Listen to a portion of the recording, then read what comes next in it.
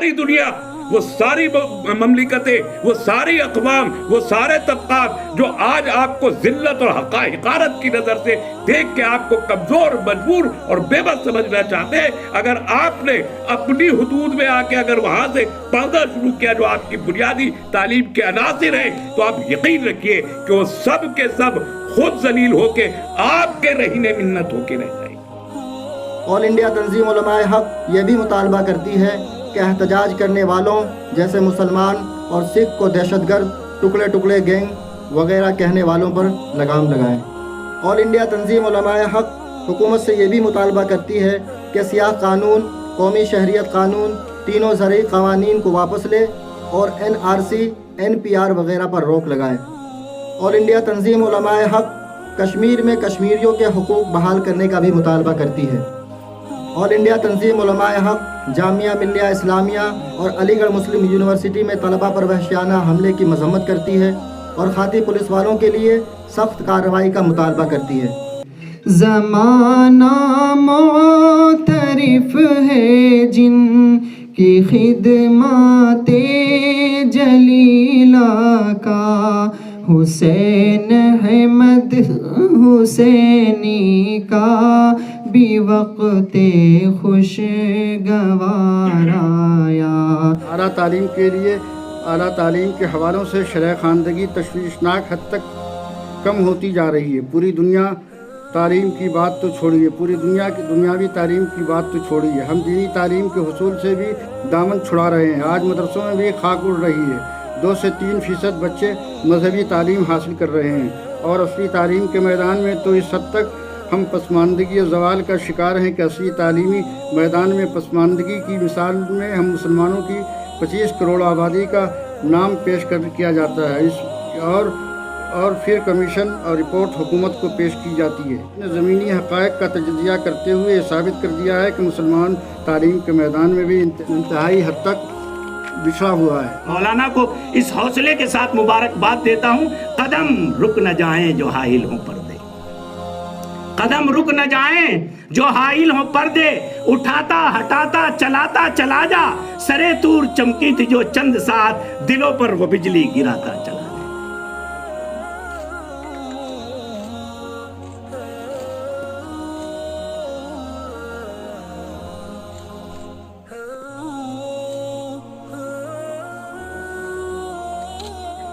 مولانا اعجاز عرفی صاحب قاسمی کو بہت بہت مبارکباد دیتا ہوں کہ انہوں نے ایسے ماحول میں ایک ہمت جٹائی، آج اس کی ضرورت ہے اور ہمیں اس پہ عمل کرنے کی ضرورت ہے۔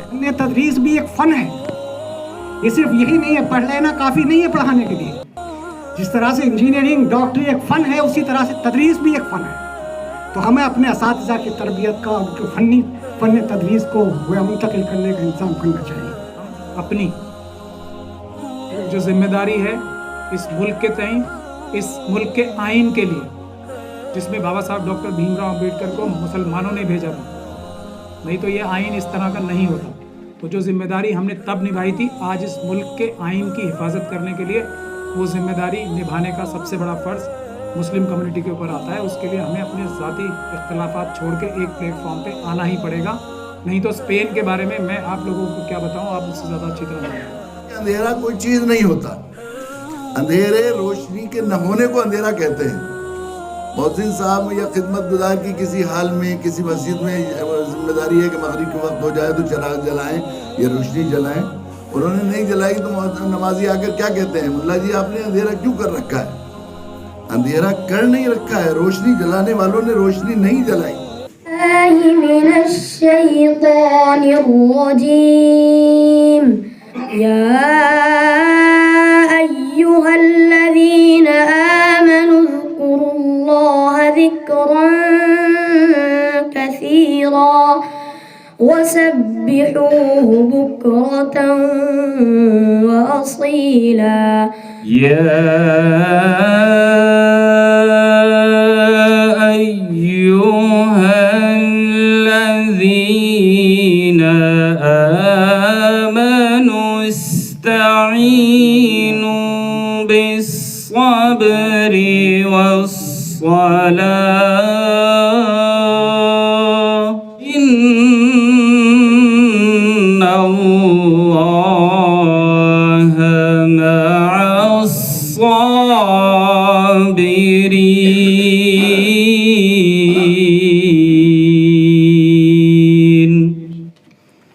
زباں پر تذکرہ محفل میں جن کا بار بار آیا، خدائے دو جہاں پیارے نبی کو ان پہ پیار آیا۔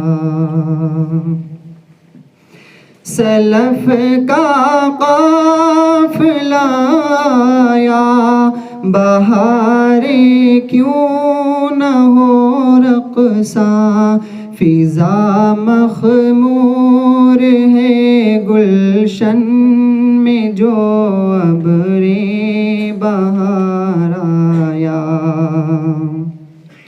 وہ جس نے علم و عرفاں سے جہاں کو کر دیا رخشاں، جلوم رحمتیں اپنے لیے وہ تاجدار آیا۔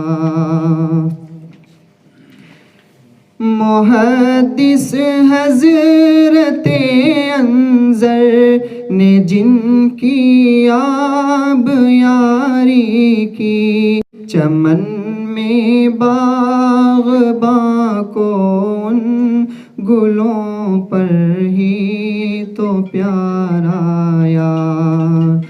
زمانہ معترف ہے جن کی خدمات جلیلہ کا، حسین احمد حسینی کا بھی وقت خوشگوار آیا۔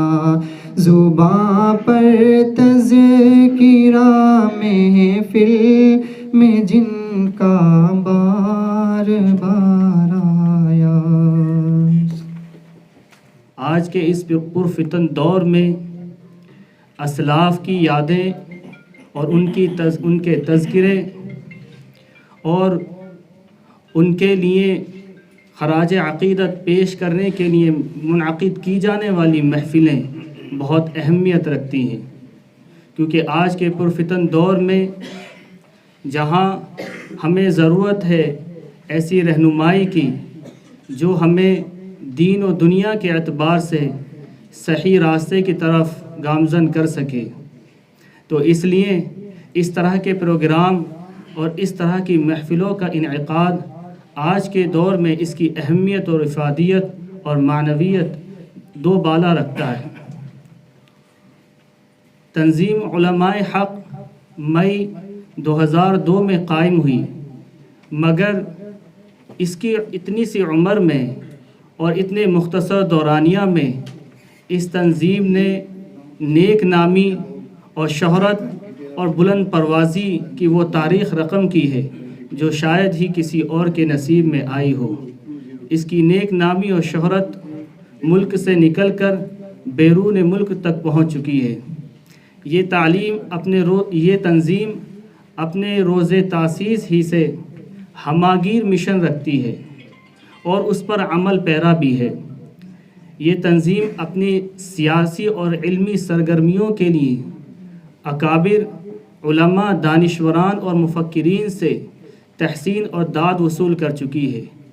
مختلف اور بہت سارے علماء دانشوران نے اس تنظیم کی کارکردگی کو اور اس کی سرگرمیوں کو سراہا ہے، اس کی تعریف و توصیف کی ہے، کیونکہ یہ تنظیم جہاں ایک طرف غریب اور کمزور طبقات کے بچوں کو مفت تعلیم دلانے کے لیے کام کر رہی ہے، وہیں دوسری طرف یہ تنظیم ایسے مصیبت زدہ اور آسمانی مصیبت میں مبتلا لوگوں تک ریلیف کا کام کرتی ہے کہ جن کے گھر و بار اجڑ گئے ہوں، اور ان کے لیے تعلیمی وظائف اور اسکالرشپ کا انتظام و انصرام کرتی ہے۔ جگہ جگہ جا کر مختلف علاقوں میں جا کر تعلیمی بیداری پیدا کرتی ہے۔ اس تعلیمی بیداری کے لیے مختلف جلسوں و جلوسوں کا انعقاد کرتی ہے۔ مختلف کنونشن اور کانفرنس کا اس تنظیم نے انعقاد کیا ہے۔ ملک اور بیرون ملک کے علماء اور دانشوران کو اس جانب متوجہ کیا ہے کہ موجودہ دور میں مسلمانوں کی تعلیمی پالیسی اور تعلیمی نظام اور منہج کیا ہونا چاہیے، اسی درخشاں سلسلے کی ایک کڑی آج کا پروگرام بھی ہے۔ اس پروگرام کے اغراض و مقاصد پر روشنی ڈالنے کے لیے میں دعوت دیتا ہوں حضرت مولانا محمد اعجاز عرفی صاحب سے کہ حضرت خطبہ صدارت پیش فرمائیں۔ الحمدللہ رب العالمین والصلاة والسلام علی سید المرسلین۔ معزز سامعین کرام، محترم علماء قوم و ملت، آل انڈیا تنظیم علماء حق ملک کی مشہور اور قدیم ملی تنظیم ہے۔ وہ ملک اور عالم اسلام کو درپیش بنیادی مسائل پر سیمینار اور کانفرنس کا انعقاد کرتی رہتی ہے۔ یہ کل ہند تعلیمی کنونشن بھی اسی سوچ کا ایک حصہ ہے۔ اس کے بنیادی دستور میں یہ شامل ہے کہ دنیا میں تعلیم اور تحریک چلائی جائے اور تعلیم کی فضیلت اور اہمیت سے اسلامیان عالم کو مطلع کیا جائے، کیونکہ تعلیم ہی وہ نسخہ کیمیا ہے جس سے ملک و قوم کو اوج ثریا پر فائز کیا جا سکتا ہے، اور ہمہ جہت ترقی سے ہمکنار کرنے کا واحد ذریعہ تعلیم ہی ہے۔ تعلیم وہ ناقابل تقسیم اکائی ہے، اس کو عصری و غیر عصری، قدیم و جدید کے خانے میں منقسم کرنا نیک نیتی پر مبنی رویہ قرار نہیں دیا جا سکتا۔ حقیقت یہ ہے کہ ملک اور قوم کو دونوں قسم کی تعلیم مطلوب ہے، اس لیے کہ مدارس و مکاتب کا نیٹ ورک پھیلانے کی بھی ضرورت ہے، اور عصری تقاضوں سے لیس اسکول اور عصری اداروں کے قیام کی ملک گیر تحریک چھیڑنے کی بھی یہ زمانہ ضرورت ہے۔ یہ زمانہ قیامت کی چال چل گیا، اس لیے قدیم و جدید کے اذکار رفتہ بحث کرنا اور قدیم و جدید کے فارمولے پہ عمل کرنا نہ صرف یہ کہ پوری قوم اور امت مسلمہ کو پستی کے غار میں گرا دے گا، بلکہ مجموعی طور پر ملک کی پوری انسانی آبادی اور پوری دنیا کے گمراہ کن فارمولہ ثابت ہوگا۔ اسلام نے ہمیشہ تعلیم کے حصول پہ زور دیا ہے۔ اسلام نے نہ تو مال غنیمت کے حصول کی ترغیب دی ہے، نہ سلطنت و حکومت کے رقبے کے توسیع کا فلسفہ یاد کرایا ہے، اور نہ کشور کشائی کا سبق پڑھایا۔ حالانکہ اسلام اپنے ابتدائی ایام میں جس قدر کسب پرسی، لاچاری، ضعف و کمزوری اور بے بسی کا شکار تھا، اور جس طرح پورا خطہ عرب اسلام اور اسلام کے نام لیواؤں کی جان و مال کے پیچھے ہاتھ دھو کر پڑا ہوا تھا، اس کا فطری تقاضا تھا کہ پہلی وحی کا آغاز جو اقرا سے نہ ہوتا بلکہ اس کے علاوہ جہاد و قتال اور اس قسم کے دوسرے الفاظ سے ہوتا، جس سے اسلام کی عظمت و رفعت کا سکہ کفار و مشرکین اور عرب کے لوگوں پر بڑھ جاتا۔ اس قسم کی وحی کی آمد کارآمد بھی تھی اور حالات کے عین مطابق بھی تھی، لیکن اس قسم کی تعلیم اور وحی سے اس لیے اعتراض کیا گیا کہ اسلام کا مقصود و مطلوب نہ مال و دولت ہے نہ حکمرانی۔ اسلام نہ تو قتال کا مذہب ہے، نہ مال و دولت کا، اور نہ ہی قبضہ و اقتدار کا نام اسلام ہے، بلکہ اسلام تو علم و ہدایت و غور و فکر کی دعوت دینے والا دین ہے۔ لیکن یہ کتنا بڑا المیہ ہے کہ جس مذہب نے مطلق تعلیم کے حصول پر اپنے پیروکاروں کو اتنا زیادہ ابھارا، آج وہی قوم عالمی منظرنامے پر تعلیم کے نقشے میں سب سے زیادہ پچھڑی ہوئی ہے۔ موجودہ صورتحال یہ ہے کہ علم و ہنر کے بے رغبتی اور لاپرواہی اس مسلم قوم کا شناخت نامہ بن گیا ہے۔ مسلمانوں کا نام آتے ہی جہالت و ناخواندگی کا نقشہ نظروں میں گھوم جاتا ہے، گویا مسلمان اور ناخواندگی لازم و منظوم بن گئے ہیں۔ حالانکہ تاریخ انسانی میں ایک دور ایسا بھی آیا ہے جب علم الادیان سے لے کر علم الابدان تک ہر فن میں ہماری برتری اور عروج کا چہارسو ڈنکا بجتا تھا۔ طب، سائنس، جغرافیہ، ارضیات و فلکیات اور ریاضی ایسا تعلیمی شعبہ ہے جس پر ہماری حکمت و دانائی اور بصیرت و بصارت کی گہری چھاپ نہ تھی۔ یہود و نصارہ، امریکہ، یورپ اور دیگر غیر مسلم قوموں نے اقتصادیات و معاشیات اور سائنس کے میدان میں ہمارے ہی نوالوں کو چبا کر اتنی ترقی کی ہے۔